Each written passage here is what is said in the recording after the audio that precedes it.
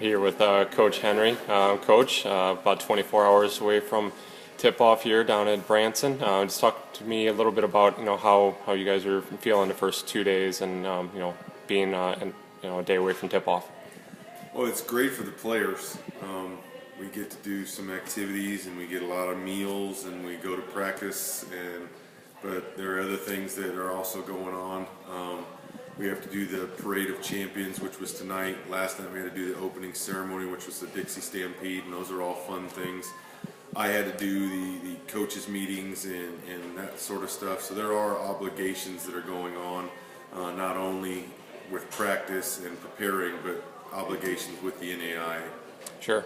Let's talk about the guys' mentality right now and everything. I mean, with only having two returners really that played here last year, all the other guys, are they hopefully not too shell shocked right now? Well, first and foremost, we are healthy. Unlike last year, we got down here and started practicing, and Brandon broke his foot, which has haunted me all this practice period. I've been very careful not to, on my part, be negligent and put him in the wrong situations, and it's worked. We've made it to game day without any problems. But having Blake be our only real returner, Eric played in 10 games last year, and him and Logan were here. So we have 3 kids out of our 9 that were here, and we also have a couple practice players here. But there's a lot of open eyes, and we're having a good time. And if we can't win the national championship this year, or go to the Final Four, or make some miracles happen this year, being here is a blast. But we want to win a game. If that doesn't happen, though, it's really set up all these returners to know what this experience is really like, which I thought was a great advantage to last year's team, having come here the year before.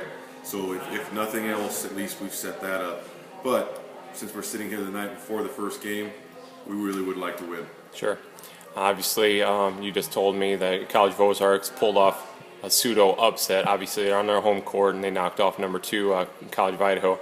But obviously, upsets can happen. Last year, that kind of set us up for a great run. We ended up playing a lot of lower seeds.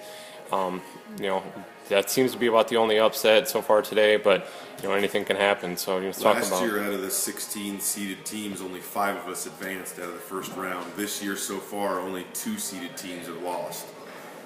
That's not to say that of the 8 seeded teams playing tomorrow, somebody might lose or more might lose, but the trend this year is that seeded teams are winning.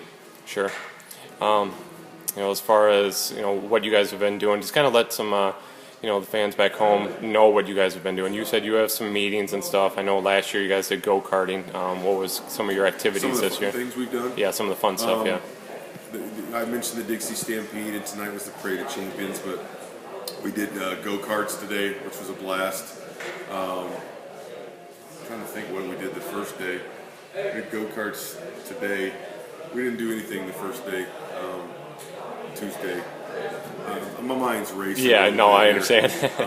It was the Dixie Stampede, I'm sorry. Right, yeah, Dixie Stampede was Tuesday, go-karts were today. Tomorrow we've talked about doing what's called Ride the Ducks, but I've decided against that because I want our guys to have 2 or 3 hours in between practice and lunch, and then we have a togetherness thing and kind of a send-off pep rally.